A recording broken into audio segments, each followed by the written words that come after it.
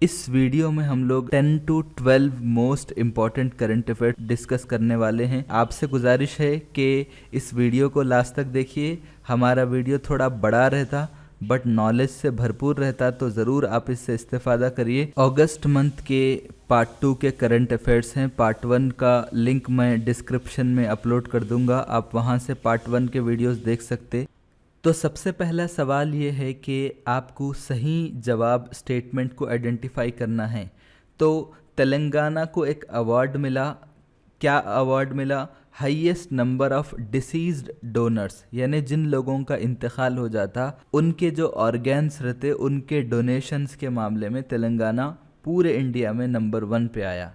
तो ये अवार्ड कौन दिए? Second statement, union ministry of health and family welfare, इसकी तरफ से ये अवार्ड दिया गया। ये दूसरा स्टेटमेंट। तीसरा ये है कि तेलंगाना में पूरे साल 2022 के दौरान 194 डिसीज्ड ऑर्गन डोनर्स, 194 ऐसे फौतशुदा अफराद जिनके ऑर्गन्स को डोनेट किया गया तेलंगाना में। उसके बाद तमिलनाडु का नंबर आता 156, कर्नाटक 151। तो इन तीनों स्टेटमेंट्स में करेक्ट क्या है आइडेंटिफाई करना है। तो ये तीनों के तीनों करेक्ट हैं। पूरे मुल्क भर में एक सर्वे किया गया, ऑर्गन डोनेशंस जो फौतशुदा अफराद है उनका सर्वे किया गया था। तो ये क्या है? National organ and tissue transplant organisation, इसकी तरफ से सर्वे किया गया। तो तेलंगाना में सबसे ज़्यादा डिसीज्ड यानी फौतशुदा अफराद के ऑर्गन्स के डोनेशन में तेलंगाना फर्स्ट है। ये कौन सा साल का है? साल 2022 का है। तो और ये इसलिए भी मुमकिन है क्योंकि गवर्नमेंट ऑफ तेलंगाना की तरफ से भी इस बारे में बहुत ज़्यादा जोर दिया जा रहा है। ख़ास तौर पे गांधी हॉस्पिटल और उस्मानिया जनरल हॉस्पिटल और निम्स हॉस्पिटल में ब्रेन डेड के जो केसेस रहते वहाँ पर जो दूसरे ऑर्गन्स रहते, जो फौतशुदा अफराद रहते, उनके डोनेशन के लिए मैसिव लेवल पे काम हो रहा है। गांधी हॉस्पिटल में सेंट्रलाइज्ड ट्रांसप्लांट सेंटर अभी बनाया जा रहा है। जब ये कंप्लीट होगा तो और भी बहुत ज़्यादा ऑर्गन डोनेशंस का काम तेज़ी के साथ हो सकता है। इसके ज़रिए जो मुस्तहिक लोग हैं उन तक मुनासिब ऑर्गन्स पहुंचते हैं। तो ये अपने आप में सबसे बड़ी बात है। तो ये कब दिया गया? अगस्त 3 नेशनल ऑर्गन डोनेशन डे इस तौर पे मनाया जाता है। इस मौके पर union ministry of health and family welfare इसकी तरफ से ये अवार्ड दिया गया है। तो तेलंगाना के एजुकेशन डिपार्टमेंट की तरफ से चेलिमी और अंकुरम 2 इनिशिएटिव्स का आगाज़ किया गया। चेलिमी का मकसद ये है कि जो स्टूडेंट्स जैसा कि प्रेशर को कैसे हैंडल करें, डिप्रेशन अगर किसी स्टूडेंट को आ रहा या कोई जहनी तौर पर कोई उन पे दबाव है तो उसको कैसे उसका सामना करें। कई बार बच्चे पढ़ते लेकिन घर के टेंशन्स रहते बच्चों को, तो उसका सामना कैसे करें। उस वक्त बच्चे ऐसे मुश्किल हालात में अपने स्टडीज़ पे कैसे फोकस करें, ये चेलिमी के अंडर आता। अंकुरम का मतलब एक बिजनेस इनोवेटर प्रोग्राम है जिसमें जो बच्चे स्कूल में ही उनके अंदर एक बिजनेस माइंडसेट कैसा बनाना, कोई आइडिया है उनके पास तो उस आइडिया को बिजनेस में कैसा कन्वर्ट करना और गवर्नमेंट के क्या इनिशिएटिव्स है, इन सब पे जो है अंकुरम ये इनिशिएटिव के ज़रिए उनको सिखाया जाएगा। तो ये 3 स्टेटमेंट आपके सामने है। करेक्ट क्या है आइडेंटिफाई करना है। तो इसका जवाब आप देखेंगे तो ABC तीनों के तीनों करेक्ट हैं। ये बहुत ज़्यादा इंपॉर्टेंट है। तो आप यहाँ पे देख सकते एजुकेशन मिनिस्टर सविता इंद्रा रेड्डी यहाँ पे मौजूद है और ये प्रोग्राम जो है यहाँ पर शुरू किया गया था, शिवरामपल्ली के एक स्कूल में शुरू किया गया था। तो यहाँ पे आप देख सकते कि मैं अपने बचपन में कई बार सोचा था कि स्कूल लेवल पे ही लाइफ स्किल्स क्यों नहीं सिखाते बच्चों को, डिप्रेशन का सामना कैसे करें, प्रेशर को कैसे हैंडल करना, ये सारी चीज़ें स्कूल में ही सिखाए तो बच्चे आगे जाके बहुत ज़्यादा मजबूत बनते। तो एक ख़ास बात यह है कि इसी एकेडमिक ईयर से ही इन प्रोग्राम्स का आगाज़ होने वाला है। कहाँ पर होने वाला है? गवर्नमेंट स्कूल में और इसके अलावा KGBV स्कूल्स। ठीक है, इसका फुल फॉर्म क्या है आप बोलिए कमेंट में। और मॉडल स्कूल्स जो भी रहते वहाँ पर ये दोनों प्रोग्राम्स। चेलिमी प्रोग्राम का मकसद ये है कि यहाँ पर इमोशनल स्किल्स, जो बच्चे जो उनके इमोशंस जो रहते, गुस्सा या फिर मायूसी या उनके जो भी इमोशंस रहते उसको कैसे मैनेज करना, और सही फैसले कैसा करना ये सिखाया जाएगा चेलिमी के अंडर में। ये चेलिमी के अंडर में और एक ख़ास बात ये है कि इसको जो बताने का अंदाज़ है वो आर्ट्स और थिएटर और स्टोरी टेलिंग के अंदाज में इसको समझाया जाएगा। तो यहाँ पे आप देख सकते, इसी तरह आपका जो अंकुरम प्रोग्राम है वो यहाँ पर 9th क्लास के बच्चों 9th क्लास से ये प्रोग्राम शुरू किया जाएगा। तो यहाँ पे KGBV का फुल फॉर्म भी यहाँ पे है। तो इस एकेडमिक ईयर में ये बात का अंदाज़ा लगाया जा रहा कि शुरुआत के 6 महीनों में 3000 स्टूडेंट्स जो है इसके लिए इन दोनों इनिशिएटिव से फ़ायदा उठाने वाले हैं और इसके लिए 27.30 करोड़ रुपीस गवर्नमेंट की तरफ से अलॉट किए गए हैं। अब यहाँ पे हमारा तीसरा क्वेश्चन ये है, प्राइवेट बैंक है स्टैंडर्ड चार्टर्ड की तरफ से एक रिपोर्ट जारी किया गया था इंडियन इकोनॉमी के कुछ मेजर इनपुट्स पे। पर कैपिटा इनकम में तेलंगाना का क्या रैंक है? इस बैंक के जो रिपोर्ट है इसमें तेलंगाना का क्या रैंक है, सेकंड, फर्स्ट, फिफ्थ या फोर्थ पर कैपिटा इनकम के मामले में? तो पर कैपिटा इनकम के मामले में तेलंगाना को फर्स्ट रैंक दिया गया है इस रिपोर्ट में। तो यहाँ पे इंडियन इकोनॉमी के कुछ मेजर नंबर्स यहाँ पे दिए गए। तो उसमें सबसे इम्पॉर्टेंट बात ये बताई गई कि तेलंगाना का जो पर कैपिटा इनकम साल 2023 का है वो 2,75,000 है। उसके बाद कर्नाटक का नंबर आता 2.65 लाख, यानी कि एक शख्स तेलंगाना का पूरे साल भर में उसकी इनकम 2,75,000 इतना रहता। उसके बाद कर्नाटक का 2,65,000, उसके बाद तमिलनाडु का 2,41,000, उसके बाद केरला का 2,30,000, उसके बाद आंध्रा का 2,07,000। तो तेलंगाना नंबर 1 पे है।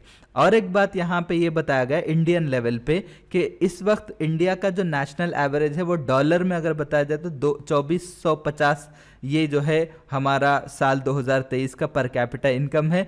बट इम्पॉर्टेंट बात यह है कि साल 2030 आते आते पर कैपिटा इनकम $4,000 हो जाएगा, पर कैपिटा इनकम इतना रहेगा।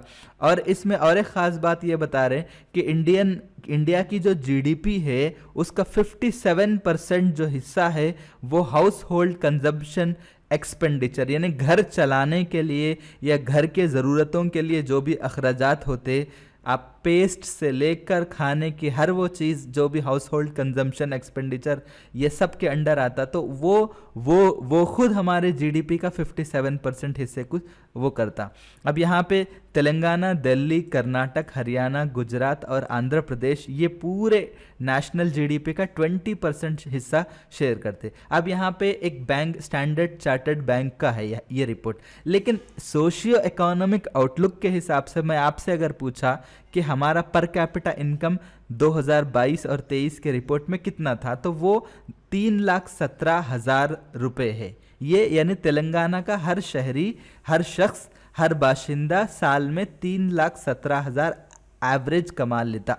ठीक है, अब हमारे चौथे करंट अफेयर को देखेंगे, बहुत ज़्यादा इंपॉर्टेंट है। वो ये है कि तेलंगाना के कैबिनेट ने वरंगल के मामनूर एयरपोर्ट के डेवलपमेंट के लिए अप्रूवल दिया है। तो यहाँ पे ख़ास बात यह है कि निज़ाम के दौर से ही ये था, बीच में 1980s आते आते इस पे जो बचा कुचा जो भी वो था काम, जो भी हो रहा था, जो भी फ़्लाइट्स वगैरह आना जाना था वो बंद हो गए थे। मतलब थोड़ा थोड़ा चल रहा था, सरकारी लेवल पे कुछ हो रहा था, पब्लिक के लिए तो वो ज़्यादा इस्तेमाल में भी नहीं था, लेकिन निज़ाम के दौर से ही इसको बनाया गया था, निज़ाम खुद इसको यूज़ करते थे, बाद में ये बंद हो गया। अब गवर्नमेंट ये चाह रही कि भाई क्योंकि हैदराबाद के बाद पूरे तेलंगाना में कोई सबसे बड़ी सिटी है तो वो वरंगल है, और इसके अलावा हिस्टोरिकली काकतीय डिनास्टी यहाँ पे हुकूमत करी और इसका कल्चरल हेरिटेज है, और इसके अलावा एक मतलब इकोनॉमिकली भी एक बहुत ज़्यादा इम्पॉर्टेंट है। वहाँ पे आपको मालूम है कि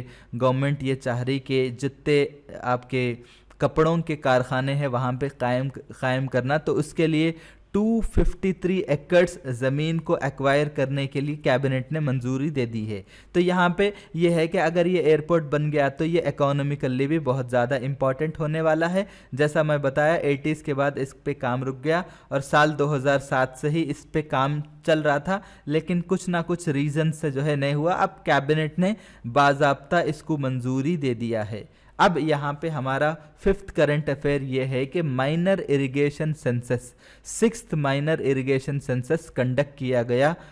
ठीक है, तो ये इसके बारे में यहाँ पे 3 स्टेटमेंट्स हैं, आपको आइडेंटिफाई करना है। सबसे पहली बात ये है कि मिनिस्ट्री ऑफ अर्बन डेवलपमेंट ने इस सेंसस को जारी किया था। एक दूसरी ये है कि तेलंगाना को ग्राउंड वाटर के स्कीम्स में 5th रैंक मिला, और इसी तरह माइनर इरिगेशन स्कीम्स का ये 6th सेंसस है। ठीक है, तो यहाँ पे 3 स्टेटमेंट में आपको करेक्ट क्या है आइडेंटिफाई करना है। तो बी करेक्ट है, तेलंगाना जो है 5th रैंक आया ग्राउंड वाटर स्कीम्स को इम्प्लीमेंट करने में, जो ज़ेर ज़मीन पानी रहता जो हम मोटर वगैरह यूज़ करके निकालते, और ये 6th सेंसस है माइनर इरिगेशन स्कीम्स पे। ए जो है ये रॉन्ग है, ये करेक्ट नहीं है। ठीक है, क्यों करेक्ट नहीं है? क्योंकि ये अर्बन डेवलपमेंट मिनिस्ट्री नहीं बल्कि मिनिस्ट्री ऑफ जल शक्ति, इसकी तरफ से ये रिपोर्ट, ये सेंसस जारी किया गया था। आप देख सकते ये कई का है, माइनर इरिगेशन स्कीम्स का है। ठीक है, तो यहाँ पे तेलंगाना को 5वां रैंक मिला ग्राउंड वाटर स्कीम्स में। आपसे क्वेश्चन है कि माइनर इरिगेशन प्रोजेक्ट या स्कीम किसको बोलते? आप कमेंट बॉक्स में उसका जवाब दीजिए। तो यहाँ पे आप देख सकते हैं कि एक तो ग्राउंड वाटर के स्कीम्स है, और इसके अलावा आपको जो है सरफेस वाटर स्कीम्स है, यानी जो पानी ज़मीन के नीचे रहता उसको ग्राउंड वाटर बोलते हैं, और जो पानी ज़मीन के ऊपर रहता जैसा नदियों का पानी या डैम का पानी वो ज़मीन के ऊपर रहता उसको सरफेस वाटर स्कीम्स बोलते। तो दोनों के स्कीम्स का एक सेंसस जारी किया गया था। किस वास्ते ये बहुत ज़्यादा ज़रूरी है? किस वास्ते? कि हमारे जो पानी एक बहुत ज़्यादा कीमती स्केर्स रिसोर्स है, इसके मामले में अच्छा काम करने के लिए ये सेंसस भी ज़रूरी है, और ये 6वां सेंसस है, इस बात को याद रखिए। ये नेशनल करंट अफेयर के हिसाब से भी बहुत ज़्यादा इंपॉर्टेंट है, क्योंकि फर्स्ट 86 में, उसके बाद 93 में, थर्ड जो है 2000 में, उसके बाद 2006 और 2013 के बाद अब ये सेंसस जारी किया गया था। इसकी वजह से policy makers, research scholars, governments और जो साइंटिस्ट रहते हैं, वाटर साइंटिस्ट और एडमिनिस्ट्रेटर्स यानी हुकूमत चलाने वाले, इन सब के लिए बहुत ज़्यादा ये सेंसस ज़रूरी है। अब हमारा जो 6वां करंट अफेयर है बहुत ज़्यादा इंपॉर्टेंट है, वो ये है कि हम लोग इससे पहले पढ़े थे सेंट्रल इक्विपमेंट आइडेंटिटी रजिस्टर। इसके बारे में मैं पुराने करंट अफेयर में बताया था, वो बहुत ज़्यादा डिटेल है, लेकिन इसके ज़रिए गवर्नमेंट ऑफ तेलंगाना क्या कर रही है कि जो चोरी किए गए या गुम जिसके सेलफोन्स हो जाते उनको दोबारा से हासिल करके ओनर के हवाले करना, चाहे वो गुम हो गया या कहीं गिर गया, तो एक ऐसी टेक्नोलॉजी यूज़ करते जो वहाँ के लोकेशन को ट्रेस करता और वो फ़ोन को जो है हासिल करने में काफ़ी मदद मिलती। तो गवर्नमेंट तेलंगाना जो है पूरे मुल्क में नंबर 1 पे आया, जो चोरी किए गए और लॉस्ट मोबाइल डिवाइसेस रहते उनको जो है ट्रेस करके ओनर के हवाले करने के मामले में। तो यहाँ पे रिकवरी जो रहती है पूरी, ये इसका परसेंटेज 67% है, और ये एक साल में ही 5000 मोबाइल डिवाइसेस को ट्रेस किया गया और ओनर्स के हवाले किया गया। तो इसके नोडल ऑफिसर कौन है तेलंगाना में बोल तो एडिशनल डीजी सीआईडी के महेश भगवत है, तो इन्होंने ये बात बताई है, और टोटल डिवाइसेस 5038 है। तो यहाँ पर ये बहुत ज़्यादा इंटरेस्टिंग बात है।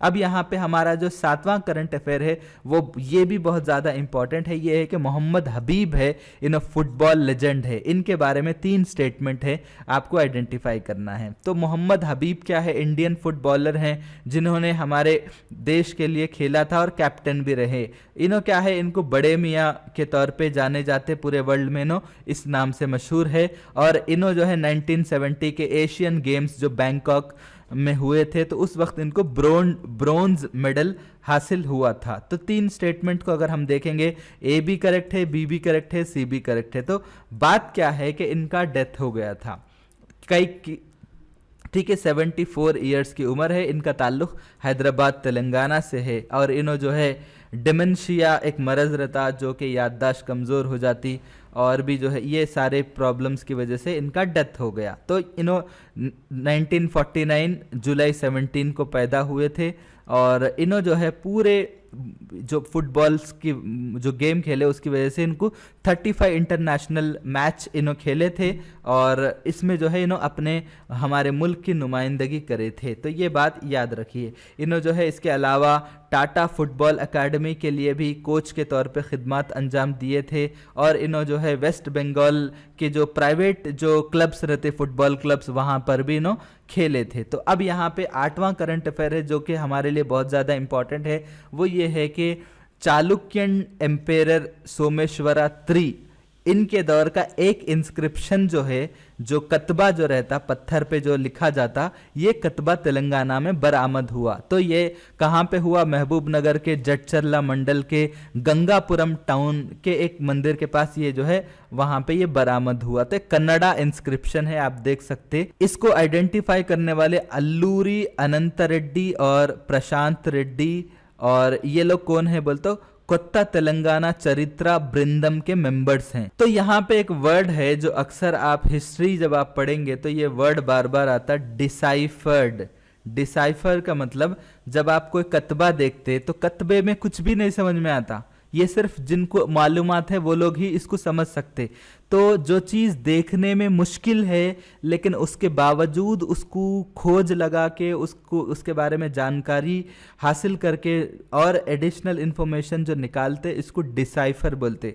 तो आप हिस्ट्री पढ़ेंगे या ज्योग्राफी पढ़ेंगे तो ये वर्ड बार बार आता। तो ये जो चालुक्यन एम्पेरर है भूलोका मल्ला सोमेश्वरा III, इनके एक कमांडर है, मिलिट्री जनरल है जिनका नाम है महानद नायका गोविंद नायका। इनकी तरफ से इस इंस्क्रिप्शन को जारी किया गया था। और आदिलाबाद वाले खास तवज्जो दीजिए कि आदिलाबाद में 2 और नए मंडल बनाए गए हैं। तो कई के वास्ते बनाए गए एडमिनिस्ट्रेशन को आसान बनाने के लिए। तो फर्स्ट मंडल क्या है? भोरज मंडल। इसको 28 विलेजेस के साथ मनाया गया था। पहले ये जैनात मंडल का हिस्सा था, अब इसको एक नया मंडल बना दिया गया।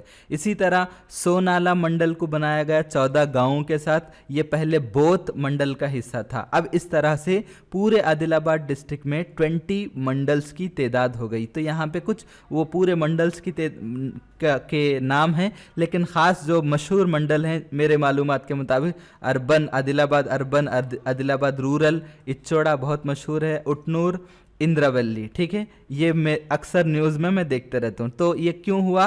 30 जून को आसिफाबाद का जब दौरा करे थे चीफ मिनिस्टर, तो उस वक्त जो मकामी लोग थे वो लोग इसकी रिक्वेस्ट करे थे। अब यहाँ पे हमारे पास टोटल 9 करंट अफेयर्स हो गए। अब यहाँ पे जो 10वां करंट अफेयर्स है, यहाँ से हम लोग पर्सनालिटीज़, जो हम लोग बोलते हैं ना पर्सन्स इन न्यूज़, उसके हिसाब से हम लोग बाकी के करंट अफेयर्स डिस्कस करेंगे बहुत ब्रीफली। वो ये है कि गीतम के एक स्कॉलर हैं डॉक्टर कल्याणी पैडी कोंडला, इनको जो है women scientist award government of India की तरफ से दिया गया, department of science and technology की तरफ से इनको अवार्ड दिया गया।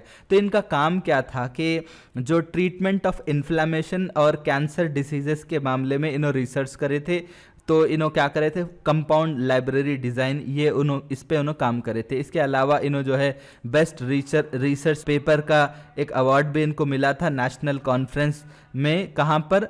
बेलगांव कर्नाटक में। और इसके अलावा इनकी 5 किताबें हैं एंटी कैंसर और ड्रग्स के ऊपर। ठीक है, ये एक। दूसरा एक अवार्ड है वो ये है कि तेलंगाना CIO जो कि चीफ इनोवेशन ऑफिसर शांता थूटम, इनको जो है वर्ल्ड इनोवेशन अवार्ड दिया गया। तो ये जो अवार्ड मिला ब्रिक्स इनोवेशन फोरम की तरफ से ये अवार्ड दिया गया। ब्रिक्स असल में ब्रिक्स का भी जो मीटिंग है, समिट है, वो इसी अगस्त में हुआ था। कहाँ पर हुआ था? साउथ अफ्रीका में हुआ था। किस सिटी में हुआ? आपसे गुजारिश है कि आप मेरे को कमेंट में जवाब दीजिए उसका। इसी अगस्त में हुआ था। लेकिन ये जो प्रोग्राम था ब्रिक्स इनोवेशन फोरम, ये मॉस्को में हुआ था अगस्त 27 से 29 तक। तो उस मौके पे इनको ये अवार्ड दिया गया। तो इनका क्या क्या क्या कंट्रीब्यूशन है बोल तो सस्टेनेबल डेवलपमेंट का जो गोल है, गोल नंबर 4, इंक्लूसिव और इक्विटेबल क्वालिटी एजुकेशन के मामले में इनके एक आउटस्टैंडिंग खिदमत के एतराफ़ में ये अवार्ड दिया गया। तो इनका 7 इयर्स का करियर है। इन्होंने टी हब के वाइस प्रेसिडेंट के तौर पर अपने करियर का आगाज़ किया। उसके बाद state handloom and textile department के OSD officer on special duty इसके तौर पे काम करे। और अभी इस वक्त जो है तेलंगाना के चीफ इनोवेशन ऑफिसर के तौर पे काम कर रहे हैं। ठीक है, अब यहाँ पे और एक चीज़, मल्ला रेड्डी स्टेट के मिनिस्टर है, इनको जो है इंडियन बुक ऑफ रिकॉर्ड्स का एक अवार्ड दिया गया। कई का अवार्ड है, विजनरी मैन का ये अवार्ड दिया गया। अब यहाँ पे ये सबसे ज़्यादा इम्पॉर्टेंट है मेरे लिए, ठीक है, वो ये है कि जैसा टिमरीज है, इसी तरह Telangana social welfare residential educational institution society, इसके जो है 2 स्टूडेंट्स है, एल रानी और इंदू, ये दोनों हैं। इन दोनों को जो है सॉफ्ट बॉल एकेडमी में सिलेक्शन हुआ। क्या है, under 18 women's Asia cup soft ball championship जो कि चाइना में हुआ था, उसमें ये लोग पार्टिसिपेट करे थे।